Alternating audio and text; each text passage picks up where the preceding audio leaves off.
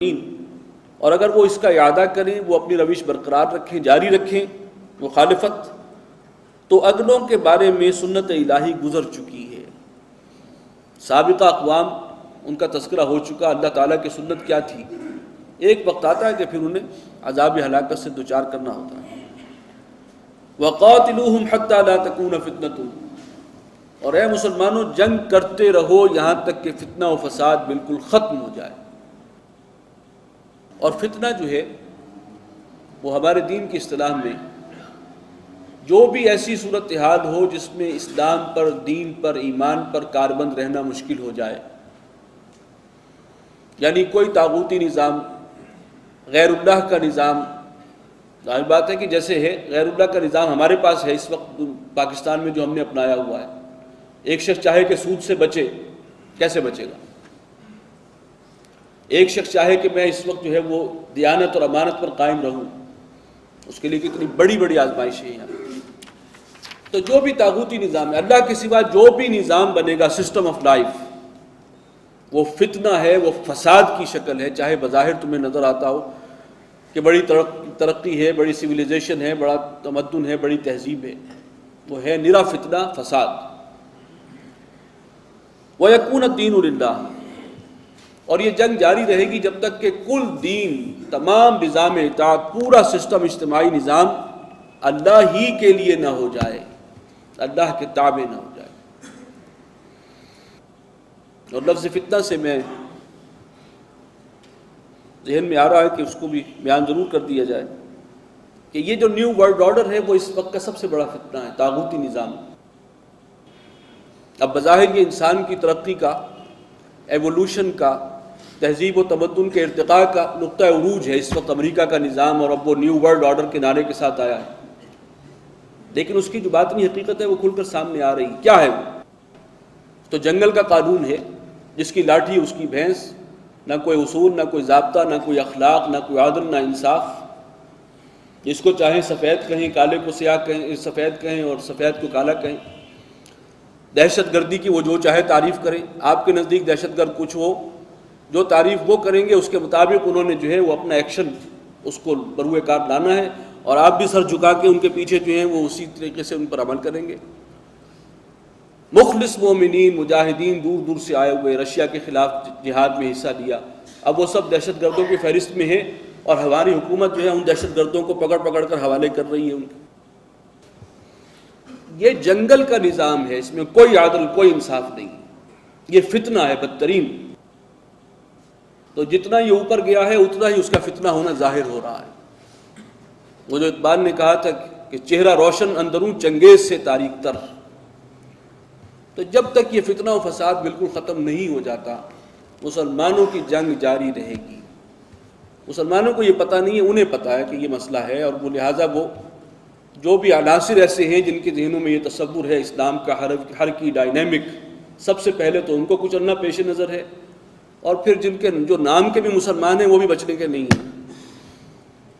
وہ سب کو، جب تک کہ تم انہی کی ملت، ان کے دین کو اختیار نہیں کرتے، وہ تم سے راضی نہیں ہوں گے۔ یہ بات بہت پہلے کہہ دی گئی تھی، تو وہ تو اس مہم پر نکلے ہوئے ہیں۔ تو واقعتاً اللہ کے سوا جو بھی نظام ہے وہ فتنہ و فساد کی بدترین شکل ہے، چاہے آپ اس کو کتنا ہی خوبصورت لبادہ جو ہے وہ اڑا دیں۔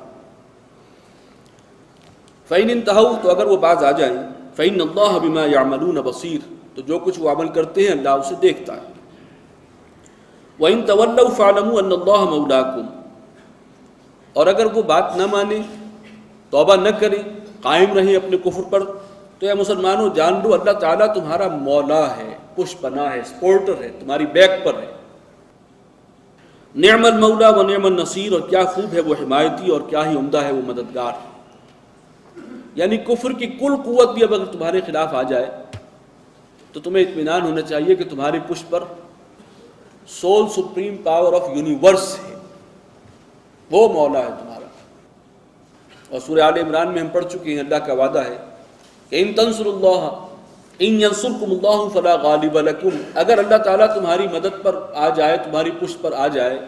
تمہیں سپورٹ کرے، تو کوئی دنیا کی طاقت تم پر غالب نہیں آ سکتی۔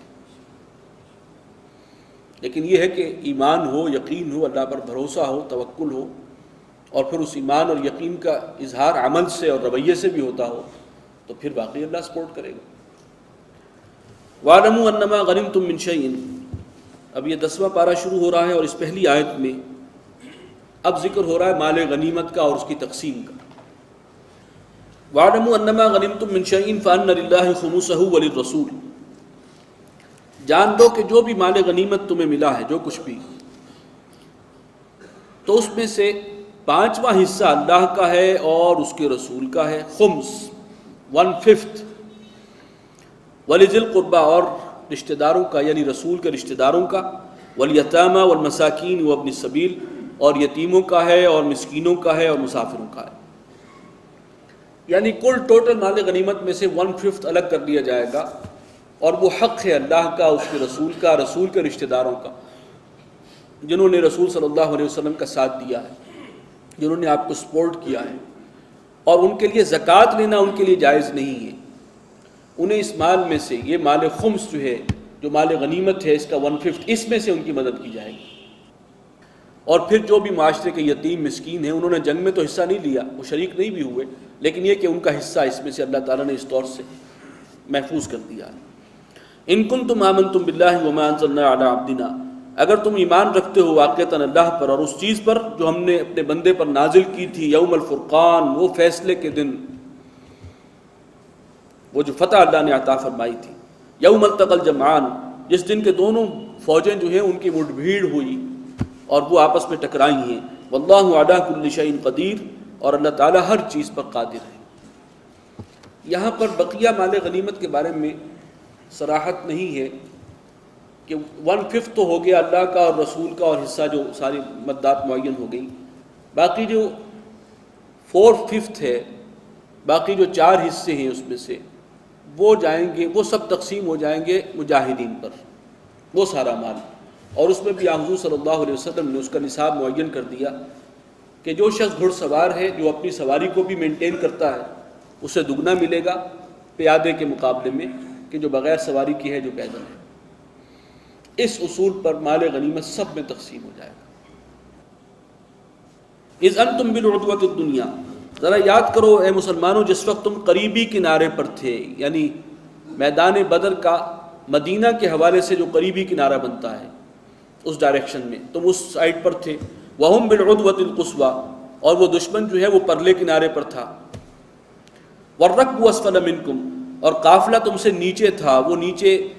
بالکل ساحل سمندر کے ساتھ ساتھ گزرتا ہوا، اور وہ خیریت سے پہنچ گیا مکہ،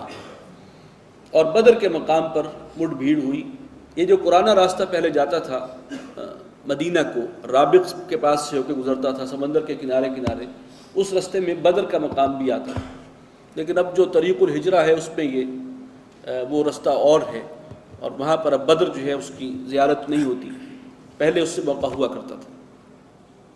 وَلَوْ تَبَاعَدْتُمْ لَاخْتَلَفْتُمْ فِي الْمِيعَادِ، اگر تم لوگ باہم میعاد ٹھہرا کر نکلتے، وقت مقرر کر کے نکلتے، تب بھی وقت پر پہنچنے میں تم میں اختلاف ہو جاتا، یعنی بدر کے مقام پر ایسے پہنچے ہو جیسے اللہ تعالیٰ کی اپنی ایک اسکیم تھی، ایک ہی وقت میں پہنچے ہو۔ اور یہ ہے کہ اگر تم پہلے سے وقت معین کر کے بھی نکلتے تو تمہارا ٹائم ٹیبل اتنا جو ہے اس کے اندر ہم آہنگی نہ ہو پاتی کہ تم ایک ہی وقت میں پہنچ پاتے، تو یہ اللہ کی وہ ایک مشیت تھی، اس کا فیصلہ تھا۔ وَلَٰكِن لِيَقْضِيَ اللَّهُ أَمْرًا، لیکن تاکہ اللہ تعالیٰ فیصلہ فرما دے اس کام کا کہ جس کا ہونا اللہ کے ہاں طے ہو چکا، لِيَهْلِكَ مَنْ هَلَكَ عَنْ بَيِّنَةٍ، تاکہ ہلاک ہو جائے جس کو ہلاک ہونا ہے بینہ کے ساتھ، اتمام حجت کے بعد، حق و باطل کی تمیز کے بعد، وَيَحْيَى مَنْ حَيَّ عَنْ بَيِّنَةٍ، اور زندہ رہے جس کو زندہ رہنا ہے، لیکن کسی غلط فہمی میں نہیں، عَلَى وَجْهِ الْبَصِيرَةِ، معلوم ہو جائے کہ حق کیا ہے اور باطل کیا ہے، اور پھر کوئی زندہ رہے تو زندہ رہے، اور جو ہلاک ہونا چاہتا ہے وہ ہلاک ہو۔ وَإِنَّ اللَّهَ لَسَمِيعٌ عَلِيمٌ، بے شک اللہ تعالیٰ سننے والا ہے، جاننے والا۔ اِذْ يُرِيكَهُمُ اللَّهُ فِي مَنَامِكَ قَلِيلًا، اور اے نبی جب اللہ تعالیٰ نے آپ کو خواب میں کافر دکھائے تعداد میں کم، وَلَوْ أَرَاكَهُمْ كَثِيرًا، اور اگر آپ ان کو تعداد میں زیادہ دیکھتے، لَفَشِلْتُمْ وَلَتَنَازَعْتُمْ فِي الْأَمْرِ، تو اے مسلمانوں تمہارے اندر تم پست ہمت ہو جاتے اور تم جھگڑا ڈالتے، تنازع کھڑا کرتے ڈسپلن کے معاملے میں،